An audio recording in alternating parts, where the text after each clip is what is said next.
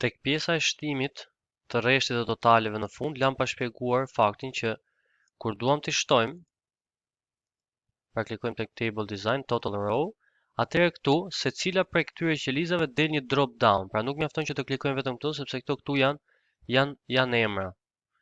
Shumë kur unë këtu bëj count, ose nëse këtu jap sum, për shembull nuk ka asnjë kuptim. Pra nuk më jep dot një shifër sepse janë emra, por count mund na japi pra se sa element janë në këtë, pra sa qeliza janë të mbushura si thuhet. Nëse unë këtu ke sasia e shitur dua të di shumën, mjafton të jap sum. Nëse ke çmimi dua të di çmimin mesatar, jap average. Nëse po themi tek shitjet bruto, dua të di cila është shitja me vlerë më të madhe, me radhë, pra çdo qelizë mund të jap një nga këto elementet që un kam këtu ose edhe një funksion tjetër të veçantë që mund ta përfshijmë atje.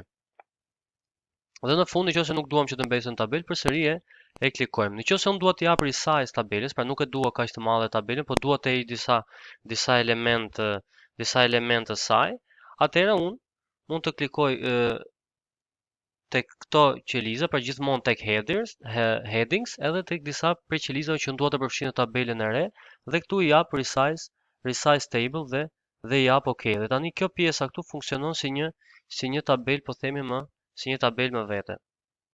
Nëse dua të vendos ato që quhen slicera ose ato që pra si të thuash filtrime brenda të kësaj tabele, mjafton ta klikoj tabelën dhe shkoj tek pjesa insert dhe këtu kam slicer. Atëherë këtu slicer më jep mundësi që unë të filtroj këtë tabelën në bazë të headersave kryesor që ajo ka. Nëse unë dua po themi të filtroj sipas emrit të qytetit, jap OK. Dhe më shfaqet ky slicer këtu me gjithë emrat e qyteteve. Nëse unë dua që në këtë tabelë, po themi për momentin të shoh gjithë shitjet që janë bërë në Elbasan, mjafton ta klikoj dhe kjo këtu më jep gjithë shitjet që janë bërë në Elbasan, për Met, Shkodër e me radhë. E njëjta gjë ndodh nëse unë jap një insert, një slicer të ri, klikoj tek tabela gjithmonë insert slicer dhe dua të shoh sipas shitjes, sipas vitit, jap OK. E njëjta gjë, më jep vitin 2019-2020 dhe mjafton që të klikoj tek sliceri dhe bëj rregullimet, pra ose më shfaqen ato që unë dua të shoh. Sigurisht që edhe sliceri në vetvete është i modifikueshëm, pra këtu mund të modifikojmë formatin e tij, ngjyrat e me radhë, mënyrën se funksionojnë, sa kolona mund të ketë, mund ta bëjmë me 2, 3 ose më shumë kolona, varësi të atyre që kemi. Mund t'i rregullojmë për masat e kolonave, t'i rrisim, t'i zvoglojmë, pra gjithmonë janë gjithmonë të editueshme njësoj si të gjithë, po themi elementet e tjerë të Excelit. Atëherë, nëse nuk i dua këto filtrimet, i klikoj këtu clear all dhe është e njëjta gjë, ose edhe mund ta fshij direkt slicein duke klikuar dhe duke i dhënë delete. Nëse dua të ndërtoj po themi një kolonë të re dhe këtu dua të bëj shumën, pra një funksion shumën e po themi shitjeve neto minus shpenzime dhe i jap OK. Atëherë në këtë moment automatikisht ajo i mori dhe llogaritet e gjithë kolonave të tjera, por ne mund të kemi një rast, mund të jetë një version Exceli që nuk i merr poshtë, pra nuk i bën auto calculated. Atëherë çfarë bëjmë?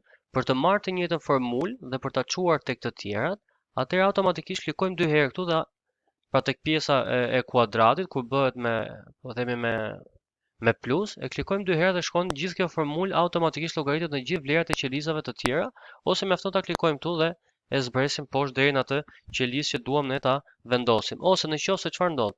Dua që ky rreshti i dytë të jetë barabartë me rreshtin e parë plus 1. Atëherë përsëri e klikojmë këtu dhe automatikisht gjitha këto shtohen nga 1. Pra merr këtë formulë plus për këtë numër plus paraardhësin e marrin automatikisht gjithë qelizat e tjera. Dhe këtu kam ose jap copy cells, ose fill formatting only, pra vetëm formatin e qelizës, pra pa numrat e saj, ose pa formatim, ose flash fill, pra e merr automatikisht vlerën, por në këtë rast nuk e merr sepse nuk i kemi dhënë, pra më tepër se sa një vlerë që dhe Exceli ta kuptoj se cila është renditja që ne duam të bëjmë midis tyre. Nëse dua të modifikoj rreshtat midis kolonave, pra të rris masinë e tyre, kemi thënë klikoj midis dy rreshtave dhe e zvoglojmë ose e rrisim. Mund të kemi një moment që kemi ardhur në këtë, pra disa për rreshtave janë më të mëdha, disa më të vogla, e njëjta gjë ndodh edhe me kolonat. Nëse dua që gjitha këto të kenë njëjtin masi, mjafton të zgjedh tu gjithë tabelën tek rreshtat, klikoj me të djathtën dhe këtu kemi row height dhe këtu jap një masi të gjithave, supozojmë 20, jap OK dhe të gjitha këto kanë të njëjtën masi.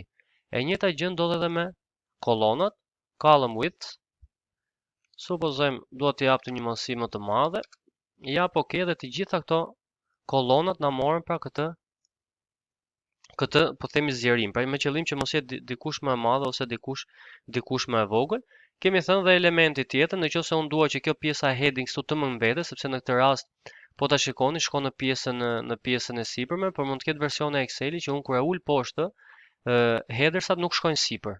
Pra nuk i shoh dot, domethënë nuk e shoh dot kjo kolona këtu është e menaxherit, kush është çmimi i shitjes e me radhë, dhe për këtë arsye na shërbejnë ato që quhen freeze, pra ose në një farë mënyrë ngrirja e këtij rjeshti këtu, duke shkuar tek view, jap freeze dhe këtu automatikisht headings nuk lëviz.